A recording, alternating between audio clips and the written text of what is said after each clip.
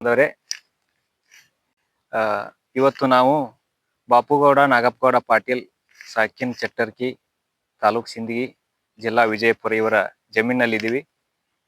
ಈ ರೈತರು ತಮ್ಮ ಜಮೀನಿನಲ್ಲಿ ಕಾವೇರಿ ಕಂಪನಿಯ ಬಂಪರ್ ತಳಿಯನ್ನು ಬೆಳೆದಿದ್ದಾರೆ. ತಾವೆಲ್ಲ ನೋಡ್ಬೋದು. ಈ ತಳಿಯ ವಿಶೇಷತೆ ಏನಂತಂದ್ರ ಸರದಂತಂಗ ಇದಾವ ನೋಡ್ರಿ, ಸರಪಳಿ ಇದ್ದಂಗ. ಒಂದೊಂದು ಇದಕ್ಕೂ ಒಂದೊಂದು ಟೊಂಗಿಗೂ ನಮಗ 6-7 ಕಾಯಿ ಇದಾವ. ಮತ್ತೆಲ್ಲಾ ಕಾಯಿ ದಪ್ಪ ಕಾಯಿ.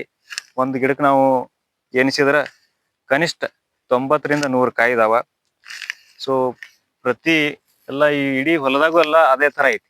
ಸೊ 1 ಗಿಡಕ್ಕ 2 ಗಿಡಕ್ಕಲ್ಲ, ಪ್ರತಿ ನೀವು ಯಾವ ಇದನ್ನ ನೋಡಿದ್ರು ನಿಮ್ಗೆ ಕನಿಷ್ಠ 80 ಕಾಯಿಯಾರ ಸಿಗ್ತಾವ. ಸೊ ಆಮೇಲೆ ಇನ್ನೊಂದು ಏನಂದ್ರೆ ಇದಕ್ಕ ಬೇರೆ ರೋಗ ರುಜಿನಿ ಬಹಳ ಕಡಿಮೆ. ಈಗ ಮುಟ್ಟು ರೋಗ ಆಯ್ತು, ಆಮೇಲೆ ಈಗ ಹೊಸ ವೈರಸ್ ಬರಾಯ್ತಲ್ಲ, ಆ ರೋಗ ಆಯ್ತು, ಅದೇನಿಲ್ಲ. ಆಮೇಲೆ ಎಲೆ ಮೇಲೆ ಬರುವಂತ ಕೆಲವೊಂದು ಬೂದಿ ರೋಗ, ಇಂಥ ರೋಗನು ಬಹಳಷ್ಟು ಕಡಿಮೆ. ಹಂಗಾಗಿ ರೈತರಿಗೆ ಸ್ಪ್ರೇದಾಗೂ ಬಹಳ ಉಳಿತಾಯ ಆಗುತ್ತೆ. ಹೆಚ್ಚಿನ ಸ್ಪ್ರೇ ಮಾಡುವ ಅವಶ್ಯಕತೆ ಕಡಿಮೆ. ಆಮೇಲೆ ನಾವು ಇದನ್ನ ನೋಡಿದ್ರು ಒಂದೊಂದು ಇದಕ್ಕೂ 5-5 ತೊಳಿ ಅಂತ ಬರುವಂತ ಇದು. ಆಮೇಲೆ ಇದರ ಕೆಲವೊಂದು ಎಲ್ಲರೂ ಹೊಡೆದಿರ್ತಾವ ನೋಡಿದೀವಿ.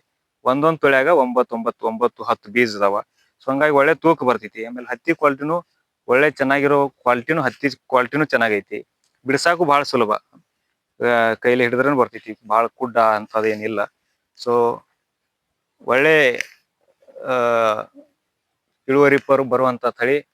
ಬೆಳೆನು ಬಹಳ ಚೆನ್ನಾಗಿ ಬಂದಿದೆ.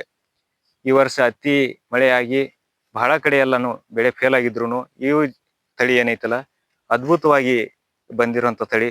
ಸೊ ಈ ತರ ಏನಾರ ರೈತರು ತಮ್ಮ ನಿರ್ವಹಣೆ ಮಾಡಿದ್ರ, ಈ ತಳಿ ಬಳಸಿದ್ರ ರೈತರಿಗೆ ಕನಿಷ್ಠ 20 ಕ್ವಿಂಟಲ್ ಇಳುವರಿ ಅಂತೂ ಪಕ್ಕಾ ಬರ್ತೈತಿ.